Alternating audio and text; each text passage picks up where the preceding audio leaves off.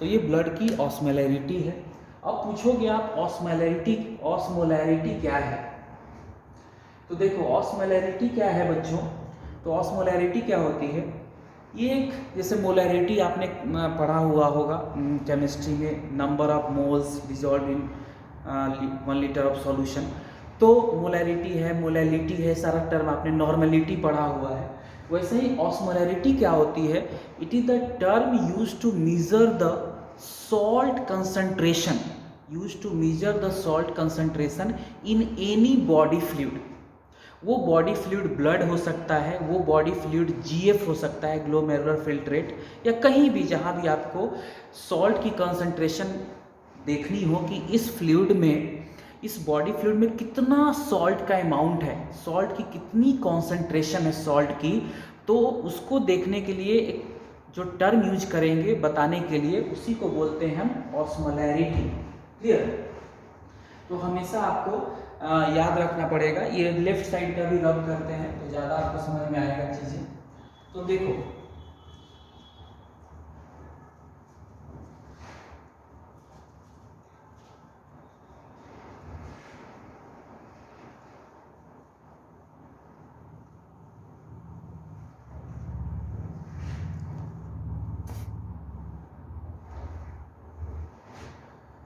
अब ऑस्मोलैरिटी क्या है, देखो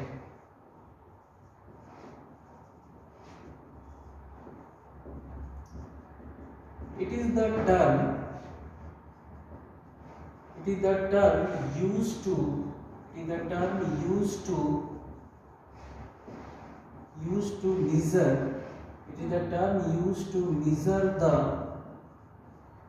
term used to measure, the salt concentration. It is the term used to measure the salt concentration in body fluids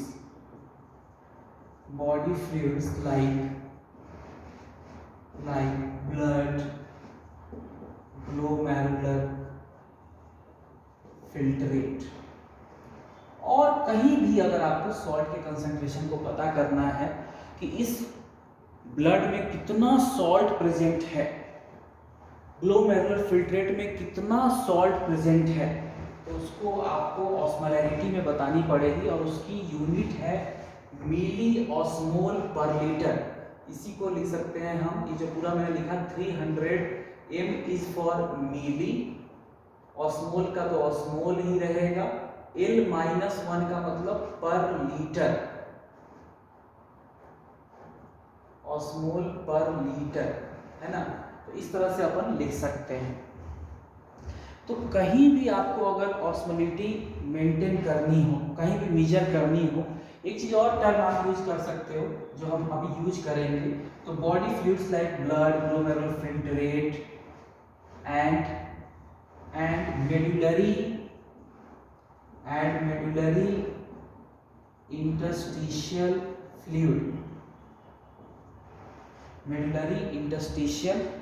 fluid. तो इन तीनों fluid में कितना सॉल्ट का कंसंट्रेशन है, ब्लड आपको पता है, ग्लोमेरुलर फिल्ट्रेट आपको पता है। अब एक नया टर्म आपके लिए है मेडुलरी इंटरस्टिशियल फ्लूइड। तो मेडुलरी इंटरस्टिशियल फ्लूइड क्या है, देखो मेडुला में लूप ऑफ हेनले के अराउंड जो फ्लूइड प्रेजेंट है, ध्यान से समझना, मेड्यूला रीजन में लूप ऑफ हेनले मेनली कहाँ प्रेजेंट है, मेड्यूला में। तो लूप ऑफ हेनले के अराउंड जो फ्लूइड प्रेजेंट है हमेशा रहता है नॉर्मली, तो मेडुलरी इंटरस्टिशियल फ्लूइड क्या है, medullary interstitial fluid is that fluid which is present around the loop of Henley in medulla. तो नॉर्मली सबके, एक न्यूली बॉर्न बेबीज है उसके भी मेड्यूला में एक फ्लूइड प्रेजेंट होता है। क्लियर। तो वो फ्लूइड प्रेजेंट है, तो वो फ्लूइड जो मेडुला में प्रेजेंट है, लूप ऑफ हेनले के अराउंड प्रेजेंट है मेडुला में, उसी को बोलते हैं मेडुलरी इंटरस्टिशियल फ्लूइड। तो fluid that is present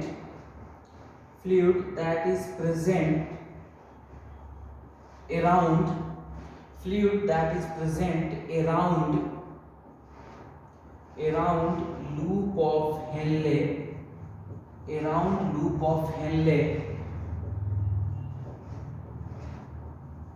in medulla. Fluid that is present around loop of Henle in medulla. Fluid that is present around loop of Henle in medulla is called as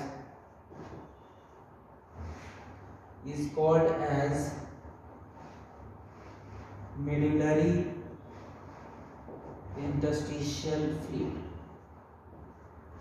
Medullary interstitial fluid. तो fluid that is present around the loop of Henle in medulla is called as medullary interstitial fluid. तो इसी को बच्चों बोलते हैं medullary interstitial fluid. Clear? तो इसी को बोलते हैं medullary interstitial fluid. तो fluid that is present around loop of Henle in medulla is called as medullary interstitial fluid.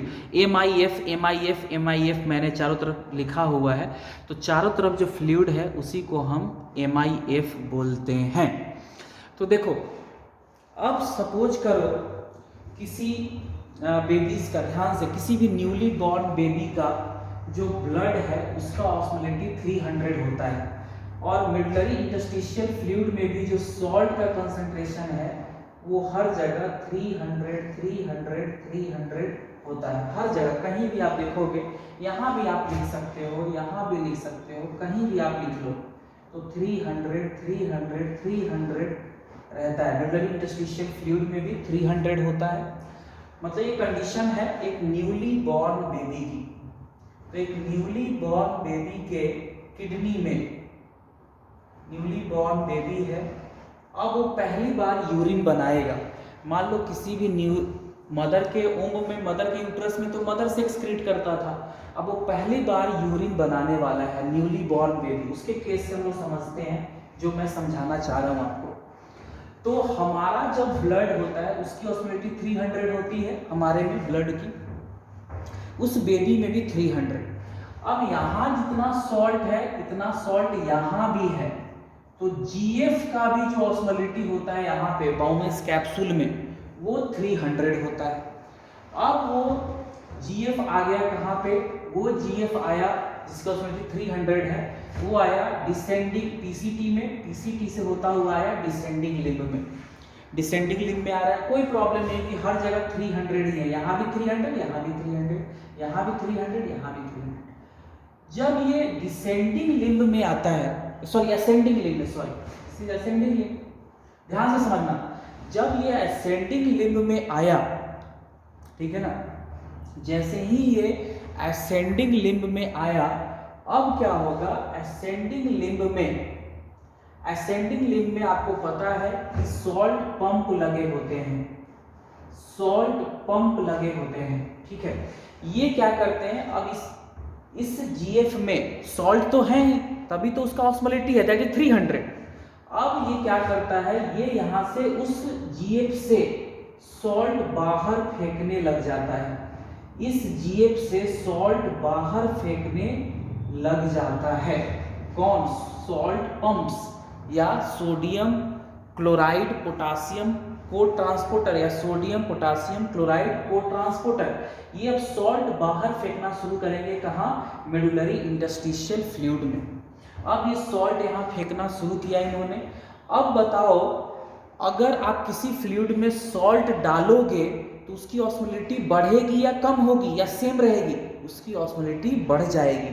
अब क्या है, पहले ट्रांसपोर्टर को ज़्यादा सॉल्ट मिला, उसने ज़्यादा फेंक दिया, क्योंकि जो पहला नंबर जिस सॉल्ट पंप का पड़ा उसको तो ज़्यादा सॉल्ट मिला, उसने फेंक दिया. अब ये GF तो बह रहा है, तेजी से अपना बह रहा है, तो इसको जितना मौका मिला फेंक दिया. जब ऊपर गया, जब इस सॉल्ट ट्रांसपोर्टर नंबर 2 के पास पहुंचा, 1 मान लो, 2 मान लो, 3, तो 1 के पास तो ज़्यादा सॉल्ट होगा. जब ये GF यहाँ जाएगा तो इस सॉल्ट ट्रांसपोर्टर के पास बहुत सॉल्ट है, इसके पास फेंकने के लिए बहुत सॉल्ट है, क्योंकि अभी GF आया ही है, ये फेंक दिया, फेंका. अब ये जब GF यहाँ पहुंचेगा तो सॉल्ट ट्रांसपोर्टर या सॉल्ट पंप के पास अब सॉल्ट कम है, अब सॉल्ट थोड़ा पहले से कम है, यानी अब देखो यहाँ पे ऑस्मोलिटी बढ़ने लग गई बच्चों. तो मेडुलरी इंटरस्टिशियल फ्लूइड की ऑस्मोलिटी बढ़ गई, यानी पहले 300 था। अब कंफ्यूज नहीं होना, ये एरो कहीं भी आप बना सकते थे, समझ रहे हो। तो मान लो यहीं पे मैं लिखता हूँ, चलो मान लो अब यहाँ 300 था पहले, यहाँ भी 300, यहाँ भी 300, यहाँ भी 300।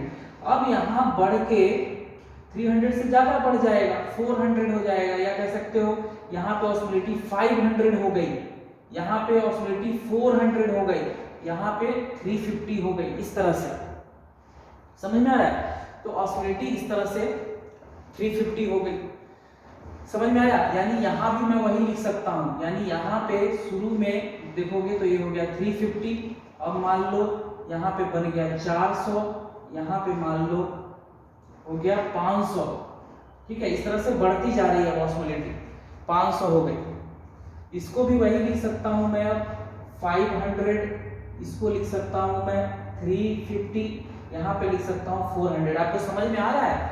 मतलब जैसे जैसे सॉल्ट वाला ये मिलता जाएगा, मतलब क्या था, पहले हर जगह 300 था, यहाँ भी, यहाँ यहाँ यहाँ यहाँ यहाँ, मतलब सारा मेडुलरी इंटरस्टिशियल फ्लूइड ही है, तो टेंशन नहीं लेना। हर जगह मेडुलरी इंटरस्टिशियल फ्लूइड ही प्रेजेंट है, यानी यहाँ से सॉल्ट अब क्या है 300, मतलब ऐसे समझो मेडुलरी इंटरस्टिशियल फ्लूइड में कितना था, 300 था हर जगह 300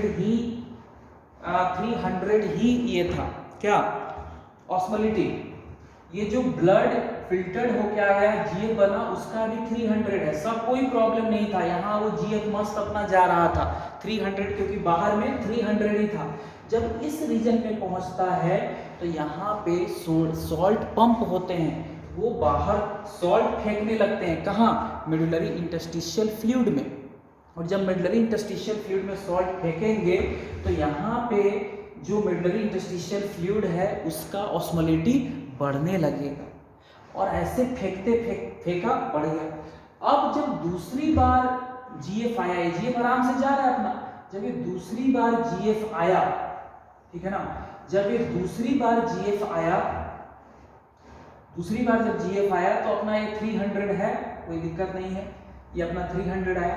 जब यहाँ आया तो देखा अरे यहाँ तो ऑस्मोलिटी बढ़ी है, यहाँ नीचे आया तो और बढ़ा हुआ है, नीचे और बढ़ा हुआ है। तो मान लो अब जो ये डिसेंडिंग लिम्ब है उसमें अंदर 300 है, बाहर 350 है, यहाँ 300 है, यहाँ 400 है। तो क्या करना पड़ेगा, हमेशा फ्लूइड क्या करता है, ऑस्मोलिटी मेंटेन कराने की कोशिश करते हैं। नहीं अगर मेंटेन होगा तो वहाँ से आयंस की या वाटर की मूवमेंट शुरू हो जाती है, ठीक है ना। मतलब मान लो किसी सॉल्यूशन में, कोई सॉल्यूशन है मान लो, इसमें अगर आपको ऑस्मोलिटी बढ़ानी है तो दो चीजें हो सकती है। मान लो इसमें वाटर लिया आपने, पानी, और इसमें आपको सॉल्ट की कंसंट्रेशन बढ़ानी है, ठीक है। यहाँ वाटर लिया आपने और यहाँ आपको सॉल्ट की कंसंट्रेशन बढ़ानी है, यानी ऑस्मोलिटी बढ़ानी है। सपोज मान लो ऑस्मोलैरिटी आपको बढ़ानी है इस 1 लीटर वाटर में, तो या तो आप सॉल्ट को ऐड करो, ऐड सॉल्ट, या यहाँ से पानी को बाहर करो, या सॉल्ट को ऐड करो। पानी बाहर करना पड़ेगा या सॉल्ट ऐड करना पड़ेगा, दोनों सेम चीजें हैं। अगर आपको ऑस्मोलिटी बढ़ानी है किसी सॉल्यूशन की तो वहां से पानी निकाल दो तब भी ऑस्मोलिटी बढ़ जाएगी, या उसमें और ज़्यादा सॉल्ट ऐड कर दो तब भी ऑस्मोलिटी बढ़ जाएगी। तो अब ये क्या करेगा, अब डिसेंडिंग लिम्ब परेशान है क्योंकि बाहर में ऑस्मोलिटी ज़्यादा है, उसके अंदर कम है। तो अब क्या करेगा, ये यहाँ से ऑस्मोलिटी बढ़ाने के लिए सॉल्ट तो भेज नहीं सकता, क्योंकि हमने पढ़ा है कि जो डिसेंडिंग लिम्ब है वो इम्परमिएबल है सॉल्ट के लिए। तो ये दूसरा वाला नियम लगाएगा, ये यहाँ से वाटर बाहर भेज देगा, ये यहाँ से वाटर भेजना शुरू करेगा, यानी वाटर यहाँ से बाहर निकलने लगेगा, क्योंकि descending limb is permeable to water, तो वाटर यहाँ से निकलता जाता है, ठीक है, यहाँ से सॉल्ट निकलता है। फाइनली क्या होता है, अगर आप देखोगे तो फाइनली क्या होगा, फाइनली कॉर्टेक्स में ऑस्मोलिटी रहती है 300, ठीक है, वो 300, 600, 900 और सबसे डीप मेडुला में कितनी हो जाती है 1200। यानी ऑस्मोलिटी जैसे जैसे नीचे आप जाओगे मेडुला में बढ़ती जाती है। और ऐसा कौन कराता है? ये रिस्पॉन्सिबल है कौन? Ascending limb. क्योंकि डिसेंडिंग लिम्ब तब पानी बाहर फेंक रहा है जब असेंडिंग लिम्ब ने सॉल्ट बाहर भेज के क्या किया? ऑस्मोलिटी बढ़ा ली हुई है। समझ में आ रहा है? तो ऑस्मोलिटी बढ़ने की वजह से क्या होगा, यहाँ पर ऑस्मोलिटी इतनी बढ़ गई कि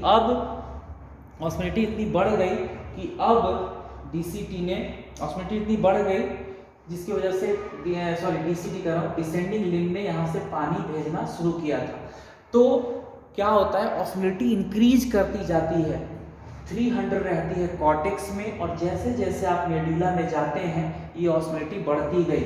कैसे बढ़ती गई? क्योंकि यहाँ से सॉल्ट भेजा जाने लगा, फिर यहाँ से जीएफ आया, जीएफ से डिसेंडिंग लिम्ब ने पानी भेजा, फिर ये ऊपर गया, फिर यहाँ से सॉल्ट भेजा गया 500 से 700, 700 से 900, ऐसे ऑस्मोलिटी बढ़ती जाती है। तो जितना, और ये कौन करवाता है? ये करवाता है ascending limb of loop of Henley. तो जब एनसीईआरटी आज आप खोलना पढ़ना, एनसीईआरटी में आप पढ़ोगे, एनसीईआरटी में लिखा है फंक्शन ऑफ टिब्यूल्स, क्या क्या फंक्शन है पीसीटी का, लूप ऑफ हेनले का, तो उसमें पढ़ना लिखा हुआ है कि जो मेडुलरी इंटरस्टिशियम का ऑस्मोलिटी है उसको इंक्रीज कराता है कौन? Ascending limb. क्लियर? तो ये लैंग्वेज आपको इस तरह से मिलेगा लिखा हुआ,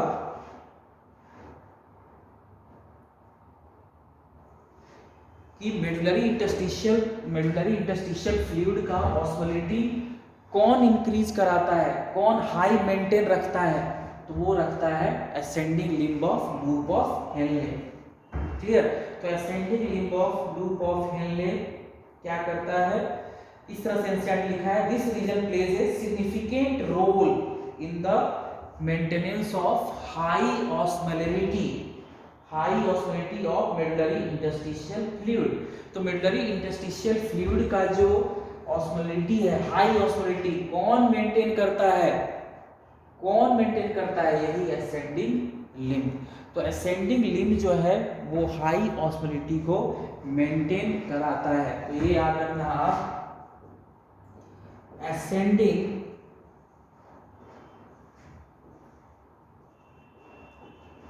limb of loop of Henle plays a significant role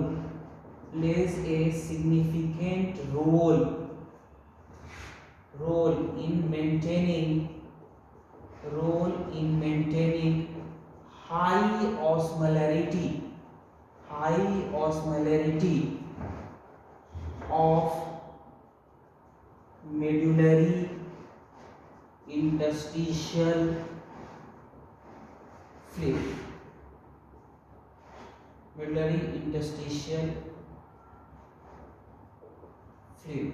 clear? तो इस तरह से ये चीज है जो आपको याद रखना है बच्चों। क्लियर? तो और ऐसे याद रखना हमेशा, जो ऑस्मोलरिटी होती है वो 300 कॉर्टेक्स रीजन में होती है, और नीचे जैसे जैसे मेडुला में जाते हैं हम, मेडुलरी इंटरस्टिशियल फ्लूइड का ऑस्मोलरिटी बढ़ता जाता है, 600, 900, सबसे नीचे मेडुला में वो 1200 हो जाता है। ठीक है? तो जो ऑस्मोलरिटी है हमेशा बढ़ती जाती है मेडुला में। तो यहाँ तक आप इस वीडियो को देखो, आपको चीज़ें आई होप समझ में आएंगी। इससे आगे नेक्स्ट वीडियो में हम डिस्कस करेंगे। Okay, thank you.